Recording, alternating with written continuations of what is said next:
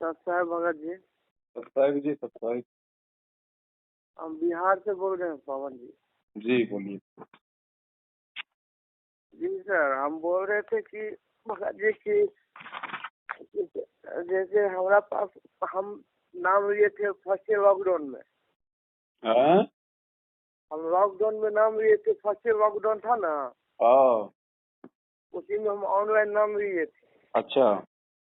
उसमें मेरा कुछ खंडित हो गया घर परिवार की वजह से, हम्म। टेंशन की वजह से, कुछ पैसा कौड़ी की वजह से।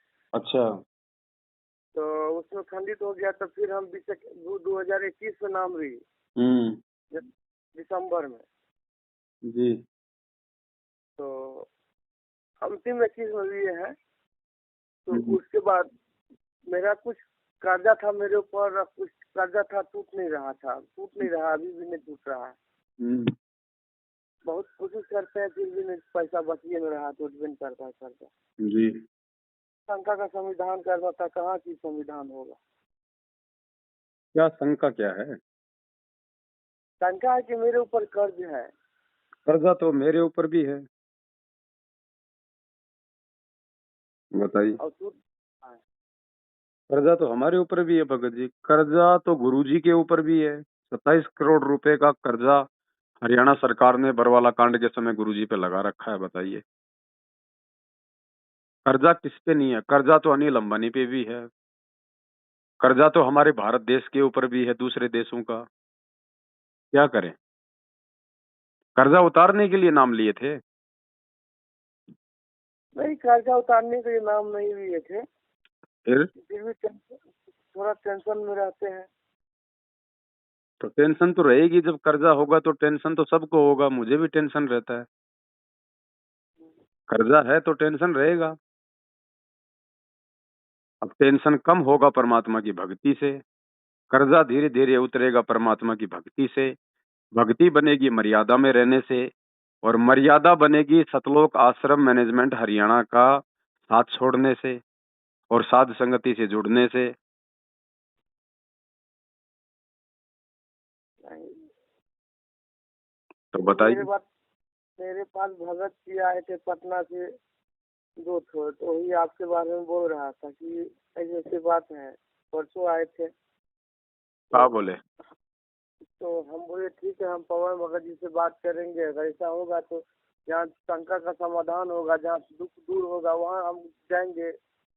जहाँ दुख होगा वहाँ थोड़ी जाएंगे। दुख तो दूर हो जाएगा, कोई बड़ी बात नहीं है, परमात्मा दुख दूर करने ही आते हैं। लेकिन दुख दूर तब होगा जब हम मर्यादाओं में आएंगे, पहले वालों की कुसंगति को छोड़ेंगे, साध संगति से जुड़ेंगे, परमात्मा से क्षमा याचना करेंगे जाने अनजाने की गलतियों की। आगे से उनको पात्रों को ज्योति पाठ और दान का पैसा नहीं देंगे, मर्यादा में रह के भक्ति करेंगे। कितनी बार ज्योति का पैसा जमा किया। हाँ, जितनी बार भी किया तो उसकी सजा तो मिलेगी ना, उसी की तो सजा भोग रहे हो आप। ऐसे भी दान उन तो करते हैं, कहाँ करते हो दान? जहाँ पे वो क्या कहते हैं, वो नामदान केंद्र होता है, वहाँ जाते हैं, इतवार को सत्संग होता है, उसमें अच्छा, तो वहां पे आप किसको दान करते हो? दान पेटी में डालते हैं। ओ, दान पेटी में डालने के लिए कब कहा गुरुजी ने? गुरु बिन माला फेरते, गुरु बिन देते दान, गुरु बिन दोनों बेकार है, चाहे पूछो वेद पुराण है। सत्संग नहीं सुने? दान किसको किया जाता है? गुरु को, सतगुरु को। तो वहां आपके सतगुरु बैठे हैं, दान पेटी में गुरुजी बैठे हैं। बताइए फिर क्या मिलेगा? वो पत्र को दान करोगे तो दुख मिलेगा, परेशानी मिलेगी, सिर पे कर्जा हो जाएगा, मौत हो जाएगा। ये तो भगत जी सही है कि मान लीजिए जो बिहार का कोऑर्डिनेटर था, उसका वो तो ये 3 रूम में हुआ। ये भी दाढ़ी तो गए में है, खास करके मेरा पोस्टिंग अभी गए में, हम बीएमपी में बिहार सरकार का नौकरी करते हैं, सरकारी जॉब करते हैं। अभी तो बताइए। तत्काल सरकार हम गए में है, अभी गए थाना पर, जहाँ पे मेरा नामदान सेंटर है, उससे थोड़ा 1 आध किलोमीटर के अंतर में है। जब बिहार का स्टेट कोऑर्डिनेटर राजदेव बाबू का ऐसा अकाल मौत हार्ट अटैक से हुआ, जी। तो बताइए, हम राजदेव बाबू के द्वारा खोला गया नामदान केंद्र फर्जी आश्रमों में दान करने से तुम्हें कहाँ लाभ मिलेगा? नहीं, हम तो ये भी गए में है जहाँ यहाँ इसका राजदेव बाबू का जहाँ अथी है, तो घर बताइए, है जब वो। इतना बड़ा भगत ऐसी अकाल मौत मर रहा है तो छोटे भक्तों का क्या होगा? तो समझ जाना चाहिए इंसान को कि आप किस दिशा में अब जा रहे हो। अभी जो भगत जी आए हैं, बिहार का कोऑर्डिनेटर है, अभी क्या कहते हैं, सिवान के हैं। तो हम्म। 2 रोज यहाँ सेंटर पर आए थे। हम्म। और हम ही लोग का एज का है। हम्म। तो उससे बातचीत हुआ, ऐसे भी क्लियर अभी कुछ सही बात नहीं बता रहे हैं मैनेजमेंट के द्वारा, क्या होगा नहीं होगा, गुरुजी निकलेंगे कि नहीं निकलेंगे, कि सब दिन ऐसे भक्ति चलेगा। उनको कोई मतलब नहीं है गुरुजी से। उनको मतलब है संगत को बांध के रखो, सत्संग की आड़ में दान पेटी लगा के रखो, भक्तों से दान लेते रहो, अपना घर परिवार अपने बच्चे पालते रहो, संगत को मूर्ख बनाते रहो। वो क्या मार्गदर्शन करेंगे आपका? वो खुद ही भ्रमित हैं। देखिए भैया, सरकारी जॉब करते हैं आप, जी जी भाई। फिर भी सिर पर कर्जा है। अब और अरे क्या? थोड़ा अब और क्या बिजनेस में परमात्मा थोड़ा जिला दे कलेक्टर दिए थे। बनाएगा? बिजनेस में थोड़ा दे दिए थे अपने आदमी को, 10-20-25 लाख रुपया, वो देवे नहीं किया वापस करके। तो वापस तो नहीं नहीं कर रहा ना। नहीं कर रहे। हाँ, तो क्यों करेगा वापस? क्योंकि काल ने आपको ठग लिया। काल भगवान ने हाँ, आपको दुखी करना था, आपको परेशान करना था, आप समझे नहीं। नहीं सद्बुद्धि समझ आई पाए। नहीं। सद्बुद्धि बिना सत्संगति की आएगी नहीं। गुरु जी का आशीर्वाद होगा नहीं। तो क्या होगा? दुख होगा, परेशानियां ही होगी। तो अब का विचार है? विचार क्या रहेगा भगत जी, दुख दूर हो, और सब कोई सोचता है कि दुख से तो याद। अभी देखो, अभी मैनेजमेंट को तो आपने देख लिया, उनको दान धर्म भी करके देख लिया, उनकी संगति भी करके देख लिया, आपका दुख दूर नहीं हुआ ना। ये कहाँ दुख दूर हुआ, दुख तो दूर तो हो उनको गया। छोड़ना पड़ेगा। छोड़ना पड़ेगा तो हम बहुत भक्ति, इसके बिना दूसरे भक्ति में मन भी नहीं लगता है भगत जी। है? इसके बगैर दूसरा गुरु जी को जैसे जैसे भक्ति करते, दूसरा दूसरा मंदिर मस्जिद में तो भगवान है ही नहीं। तो फिर हम किसके पास जाएंगे? क्यों, आपके घर में भगवान नहीं है क्या? भटकने का जरूरत है क्या? कहाँ मेरे घर जाओगे में भगवान भक्ति करने रहता के लिए? तो एक मिनट, मेरे घर में भगवान रहता तो आज ऐसा दुख होता ही नहीं। तो अगर राजदेव बाबू का घर में भगवान होता तो वो ऐसे काहे को मरता? नहीं अगर मरता। अगर बिहार का इतना बड़ा भगत के आश्रम में घर में नामदान पे भगवान होता, तो बिहार का स्टेट कोऑर्डिनेटर बाथरूम में बैठा बैठा लेटरिंग करते करते क्यों मरता? उसकी आत्मा मल द्वार से क्यों निकलती, नरक में क्यों जाता? ये तो भी तो हम ये ये बात हम पूछे भगत जी से, क्या जो नामदान सेंटर में पहले रहते तो उसको हटा दिया गया। दूसरा हम्म। भगत जी यहाँ पे आए हैं तो उनसे हम फोन, पुरनका भगत जी से ये बात पूछे हम्म। कि आप ही बताइए, हमको तो जानकारी नहीं था, सुने हैं भगत जी तो पैखाना में ही मर गए। कहता है कि हाँ मर गए। हम कहे जब इतना बड़ा भगत है तो पैखाना में कैसे मर गए? आप आरती करते लेकिन हैं? जी सुबह शाम दोपहर करते हैं, नित्य नियम करते हैं। कहाँ पे करते हैं? जहाँ रहते हैं वही करते हैं। तो अभी तो आप बोले जहाँ हम रहते हैं वहां पे भगवान है ही नहीं, तो फिर आरती काहे करते हो भाई? इसको इसको तो भगवान मानते हैं, गुरु जी को इसका तो करेंगे ना। अरे तो जब तुम कह रहे हो हमारे घर में भगवान है ही नहीं, हमारे घर में भगवान होते हमको दुख नहीं होता, तो आरती काहे को कर रहे हो फिर? जब तुम्हारे घर में भगवान ही नहीं है तो फिर क्या दीवारों के सामने आरती करते हो? गुरु जी के फोटो के सामने करते हैं। अरे, जब गुरुजी घर में नहीं है तो फोटो क्या काम करेगा गुरुजी का? गुरु जी है कैसे नहीं, नूर का शरीर है तो गुरु जी तो करेंगे गुरुजी ना। है तो फिर वो फर्जी आश्रमों में जाने का क्या जरूरत है फिर तुम्हें? जब गुरुजी ऑलरेडी तुम्हारा घर में है तो उन फर्जी जगहों पे जाने का क्या फायदा? उधर काहे जाते हो फिर? हमको ये बात का पता नहीं ना था भगत जी, मान के फर्जी आश्रम है कि पैसा का ये ऐसे सेवा अति गलत करता है, तो मन के वहाँ से पुण्य नहीं होगा, जो हम भक्ति करेंगे वो भी नाश हो जाएगा। तो अब का विचार है? विचार क्या है, भक्ति अच्छा से, और क्या हमको दूसरा तो चीज से क्या लेना देना है, भक्ति से लेना देना है, दुनिया में मुक्त होना है। तो भक्ति से लेना देना है तो उनको छोड़ना पड़ेगा। उस पार्टी को छोड़ना। छोड़ना पड़ेगा जो काल भगवान का पार्टी है, मैनेजमेंट वाला। वरना भैया तुम्हारा कर्जा बढ़ता जाएगा, लोग तुम्हारी चुटिया पकड़ पकड़ के हिलाएंगे आने वाले समय में, क्योंकि मर्यादा है नहीं। बगैर मर्यादा की भक्ति बनेगी नहीं, तुम उल्टा परेशानियों में आओगे। एक दिन ऐसा आएगा फिर तुम गुरुजी को छोड़ जाओगे। अब बताओ तुम्हें क्या करना है। हम गुरुजी को कैसे छोड़ सकते? गुरुजी को नहीं छोड़ सकते तो आपको मैनेजमेंट को छोड़ना पड़ेगा, एक को तो छोड़ना पड़ेगा भैया।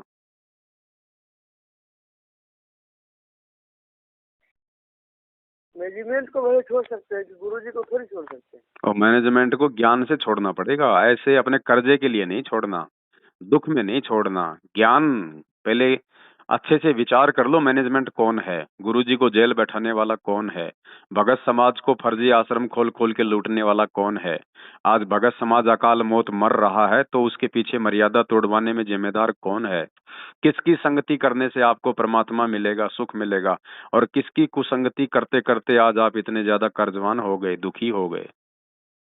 पहले विचार करो। अगर मन में जरा सा भी मैनेजमेंट के प्रति तुम्हारे मन में अगर कोई ये भाव रहा कि बाद में फिर चला जाऊंगा, एक बार थोड़ा शांति मिल जाए फिर वापस चला जाऊंगा, तो परमात्मा तुम्हें शांति देगा ही नहीं, क्योंकि वो अंतर्यामी है, उसको पता है कि आगे चल के फिर ये काल के जाल में फंसेगा। इसलिए जब तक गुरुजी जेल से बाहर नहीं आ जाते हैं तब तक के लिए यदि तुम परमात्मा को विश्वास दिला सको कि परमेश्वर जब तक आप हिसार जेल से बाहर आश्रम में नहीं आ जाएंगे तब तक हम किसी भी फर्जी आश्रम में, मैनेजमेंट का किसी भी फर्जी नामदान केंद्र पे, उनका किसी भी कोऑर्डिनेटर से, नामदान वाले से हमारा किसी प्रकार का कोई संबंध नहीं रहेगा। हम केवल विश्वास के साथ मर्यादाओं में रह के आपको अपने घर पे मान के हम भक्ति करेंगे और साथ संगति से हम जुड़े रहेंगे। अच्छे भले बुरे की जानकारी हमको मिलती रहेगी तो हम मर्यादा तोड़ने से बचेंगे, और किसी भी कुपात्र को हम ज्योति पाठ और दान का पैसा नहीं देंगे आपके अलावा, जब तक आप नहीं आ जाएंगे। तब तो भैया परमात्मा तुम्हें थोड़ा बहुत कछु राहत दे सकत है, अन्यथा ये कर्जा तो बढ़ता ही चला जाएगा। कर्जा तो बढ़ ही रहा है। हाँ, अभी कर्जा बढ़ रहा है, कल को शरीर में कष्ट बढ़ेगा, फिर क्या करोगे। शरीर में तो कष्ट, सुबह सुबह गिर गए, गोड़ टूट गया। गिर गए ना सुबह सुबह, सुबह सुबह गिर गए, गोड़ मचक हो गया। अभी कछु टूटा नहीं, कल को टूट भी सकता है। अब देख लो सरकारी बाबू, क्या करना चाहते हो। ऐसे भगत जी एक बात बता रहे थे, जैसे क्या जो हम सरकारी जॉब में है लेकिन हम रसोईया में खाना बनाते हैं, सबसे बड़ा चीज है, पहला चीज है। तो इसमें होता है क्या, फर्स्ट नाम लिए थे तो सेकंड नाम में हमको बड़ी कष्ट हुआ, तो पूछा गया कहाँ कहाँ फोन किया गया, दूसर का नाम जल्दी दे नहीं रहा था। तो हम बोले देखिए हमारा मजबूरी है खाना बनाना यहाँ फोर्स है, सरकारी कर्मचारी है, उसका हम सबसे छोटा कर्मचारी है। तो हमारा तो उसका सबका बात सुनना पड़ता है, ये क्या खाएगा, उसके लिए हमको मीट मछली भी बनाना पड़ता है। तो ये बात हम कि अभी इसका शंका का समाधान हमको करने के लिए गुरुजी से भी तो बात नहीं हो सकता है, मिल भी नहीं सकते हैं। सबसे पहले इसका समाधान हमको करना था कि हमको मीट मछली बनाना पड़ता है। देखो भैया बात ऐसी है, ये मानव जन्म परमात्मा ने भक्ति करने के लिए दिया है, और नाम दीक्षा देते समय अगर आपने ध्यान से सुना हो तो गुरुजी ने कहा होगा कि भाई ना तो हमने कोई गलत काम करना है और ना किसी गलत काम में हमने सहयोग करना है, दोनों ही महापाप के भागी हैं। आप चाहे सरकारी नौकरी में हैं, चाहे प्राइवेट नौकरी में हैं, चाहे सेना में हैं, चाहे पुलिस में हैं, आप नॉन वेज नहीं बना सकते, आप नॉन वेज लाके भी नहीं दे सकते, आप हाथ भी नहीं लगा सकते नॉन वेज को, भले ही आपको नौकरी क्यों ना छोड़नी पड़े। अब ये ज्ञान के ऊपर निर्भर करेगा कि आप इस डिसीजन पे कितना खरा उतरते हैं। आखिर नौकरी छोड़ेंगे तो फिर हम जाएंगे कहाँ? फिर भगवान पे विश्वास करना पड़ेगा, फिर परमात्मा पे विश्वास करना पड़ेगा। यदि आप अपनी भक्ति के लिए, अपने आत्म कल्याण के लिए, अपने गुरुदेव को प्रसन्न करने के लिए यदि आप उस कुकर्म को छोड़ोगे तो आपका गुरुजी चुपचाप थोड़ी बैठेगा। क्या उस बाप को नहीं पता कि मेरे बच्चे के साथ में क्या दिक्कत है, क्या संकट है, रोजी रोटी की समस्या है? जिस भगवान ने करने के लिए भजन दिया है, क्या वो अपने बच्चे को खाने के लिए भोजन नहीं देगा? अब ये आपके विश्वास के ऊपर निर्भर करेगा। कहे कबीर सुनो भाई साधो, मैं तो हूं विश्वास में। भाई जब तक आप उस कुकर्म को नहीं छोड़ोगे, आपके बच्चे को मार के कोई कहे कि लाओ इसको बना दो, बना दोगे? जब सजना कसाई को अति मिल सकता है तो हमको क्या नहीं मिल सकता? ये सदना कसाई वाला टाइम नहीं है, ये मोक्ष का टाइम है, मोक्ष युग है ये। उस समय की बातों को छोड़ दो कि सदना कसाई को 100 बकरे काटने का आदेश दे दिया। आज दिया है क्या आदेश? आज परमात्मा बोले हैं क्या बकरे काटने के लिए, मीट खाने के लिए, मीट पकाने के लिए बोले हैं क्या? खाने के पकाने की बात नहीं है। अब मेरे साथ ऐसा मजबूरी है, नौकरी है तो करना हम पड़ता ये है। कह रहे हैं कि कल को वो आपका कर्नल आपके बेटे का हाथ काट के बोले कि लाओ इसको पकाओ मैं खाऊंगा, आप बोल दोगे कि मेरा मजबूरी है, मेरे को पकाना पड़ेगा? जो अपने सु और के एक के पीड़ पिछाड़। परमात्मा कहते हैं जैसा दर्द दूसरे को होता है वैसा ही, जैसा दर्द अपने को होता है ना वैसा ही दूसरों का समझो। वो भी हमको तो परमात्मा की लगता आत्मा है। वो मुर्गा, वो बकरी, वो गधा, वो भेड़, वो बकरा, वो भी परमात्मा की आत्मा है, परमात्मा के बच्चे हैं वो भी। और तुम हमको परमात्मा तो के डर बच्चे को लगता मार है। के, तुम परमात्मा के बच्चे को तुम पका पका के किसी और को खिलाओगे तो परमात्मा तुमसे तुमसे प्रसन्न होगा? हमको भगत जी लाना नहीं है ये चीज। पकाना, लाना और पकाना दोनों एक ही हैं। गलत काम करना और गलत काम में सहयोग करना दोनों एक ही हैं। अब ये बहानेबाजियां नहीं चलेगी कि परमात्मा ने सदना कसाई को 100 बकरे काटने का आदेश दे दिया। परमात्मा ने तो नरसी भगत का भात भी भरा था, तो क्या आज परमात्मा हमारे को भात भरने का छूट दे रहा है? परमात्मा ने तो जगन्नाथपुरी में श्री कृष्ण जी का मंदिर भी बनाया था। क्या आज परमात्मा हमको मंदिर बनाने का और मंदिर में जाके पूजा करने का आदेश देता है? परमात्मा ने तो 650 साल पहले उस गणिका बहन को सज धज के हार श्रृंगार करके टिक्की बिंदी लगा के आने के लिए कहा था। क्या परमात्मा आज माता बहनों को टिक्की बिंदी लगाने का आदेश देता है? ये बहानेबाजी नहीं चलेगी भगत जी। अब ये मोक्ष टाइम है। उस समय तो परमात्मा ने किसी भी तरीके से केवल आत्माओं को अपनी भक्ति से जोड़ना था, ताकि ये कैसी भी टूटी फूटी भक्ति करें लेकिन इनको मानव जन्म मिलते रहें वर्तमान समय के लिए। भैया ये फाइनल पीरियड है, फाइनल समय है। अब ये सदना कसाई का बहाना नहीं चलेगा यहाँ पे। छोड़ना पड़ेगा, चाहे सरकारी नौकरी हो चाहे प्राइवेट नौकरी हो। मालिक ने प्राइवेट रहना पसंद सत्संग नहीं में क्या करते हैं। सुनाए परमात्मा? सत्संग में क्या सुनाए परमात्मा? राजा अब्राहिम सुल्तान का सत्संग सुना है? कितना बड़ा राजा था, कितना बड़ा राजपाट था। 18 लाख घोड़े घोड़ियां थी, 16,000 रानियां थी, इतना धनवान था। परमात्मा ने भक्ति करवाना था, उसको भिखारी बनाए कि नहीं बनाए? जंगल में लकड़ियां तोड़ तोड़ के बेच के खाया कि नहीं खाया? तुम नहीं तोड़ सकते? तुम नहीं तोड़ सकते क्या? तुम ऐसा कोई मजदूरी नहीं कर सकते क्या? उस कुकर्म को छोड़ के क्या और क्या दुनिया में नौकरी नहीं है क्या? या सारी दुनिया सेना में जाके गधे कुत्ते बकरे पका पका के ही अपना पेट पाल रही है? अगर भक्ति करनी है तो छोड़ना पड़ेगा भाई। बोल दो अपने अफसरों को, अगर भगवान पे विश्वास है तो एप्लीकेशन लिख के दे दो कि साहब ऐसे ऐसे मैं कबीर पंथ से जुड़ा हूँ, संत रामपाल जी महाराज मेरे गुरुजी हैं, उनका ये नियम है, उनके ये आदेश हैं, मैं जीव हत्या नहीं कर सकता। या तो आप हमारा ड्यूटी चेंज कर दीजिए या फिर आप हमारे को या फिर आप हमारे को हमारे घर पे भेज दीजिए। तो क्या पता परमात्मा आपके ऊपर रहम कर दे, आपके ऊपर दया कर दे, आपको कहीं और कोई जॉब मिल जाए छोटा मोटा वहीं पे खाना बनाने के अलावा। हिम्मत आपने करना पड़ेगा बबुआ, सारा काम परमात्मा नहीं करेगा बैठा बैठा। ऐसा हो सकता है। भैया चाहे साथ संगति से जुड़ जाओ चाहे मैनेजमेंट को छोड़ दो, जब तक ये मांस मिट्टी पकाने वाला कुकर्म नहीं छोड़ोगे परमात्मा आपसे कोसों दूर है। ऐसे व्यक्ति कसाई की श्रेणी में आते हैं, ऐसे व्यक्ति पापी की श्रेणी में आते हैं, और ऐसे पापी व्यक्तियों से परमात्मा कोसों दूर रहता है। सिर धड़ की बाजी है भगत जी, सिर धड़ की बाजी। समझा है तो सिर धड़ पांव, बहोर नहीं रे ऐसा दाव। मालिक कहते हैं पीपा दरिया में कूद गया, देखो कैसी करी डिठाई। भाई वो नर पाड़ा जीत गए जिन्होंने सिर धड़ की बाजी लाई। ऐसे बात नहीं बनेगी भगत जी। 3 टाइम का आरती कर लिए और वहां जाके फिर मुर्गा काट रहे हैं। अरे भगवान के बच्चे को काट कर भगवान से फिर तुम सुखों की प्रार्थना करोगे, कैसे सुख मिलेगा भाई? तुम किसी साहूकार से 5 लाख रुपए उधार लेने जा रहे हो और उसके सामने उसके बेटे को थप्पड़ मार रहे हो, वो तुम्हें 5 लाख रुपए उधार देगा? सोचो बबुआ, सोचो, विचार करो। ये मैनेजमेंट तुम्हें ये बातें नहीं बताएंगे, ये तुम्हारा कोऑर्डिनेटर तुम्हें ये बातें नहीं बताएंगे, क्योंकि वो सब के सब काल प्रेरित हैं। और काल नहीं चाहेगा कोई भी व्यक्ति अच्छे कर्म करके परमात्मा की भक्ति करके सुखी हो जाए। अभी तो भैया तुम्हारे को कर्जे का समस्या है।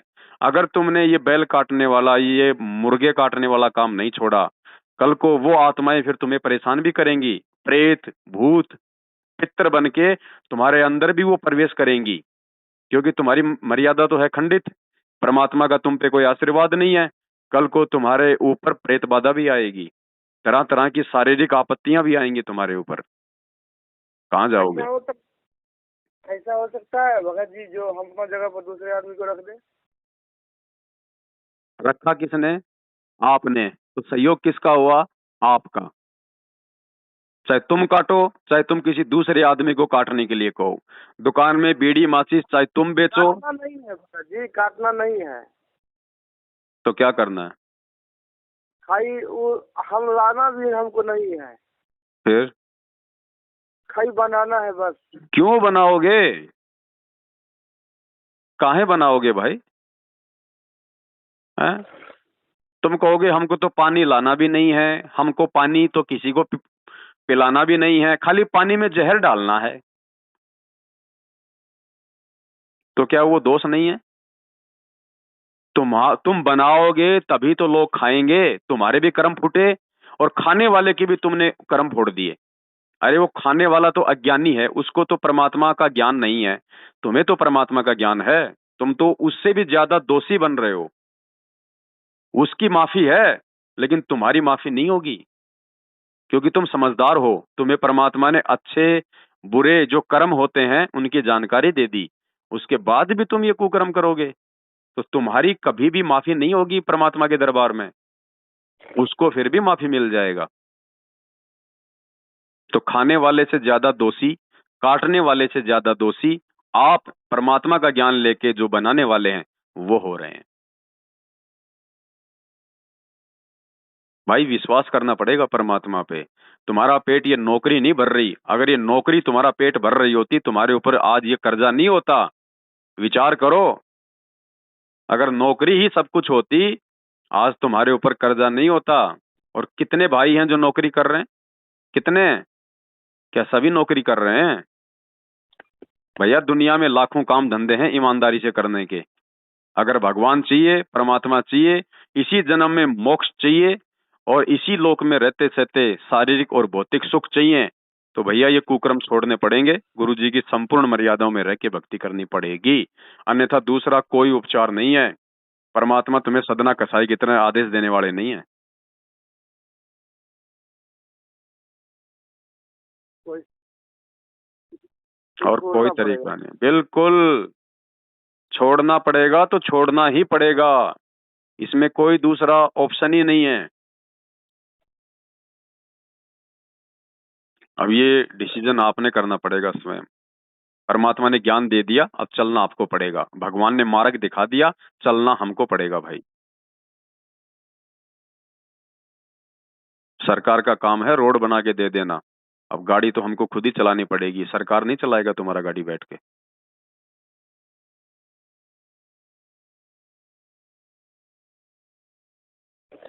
ठीक है भगत जी।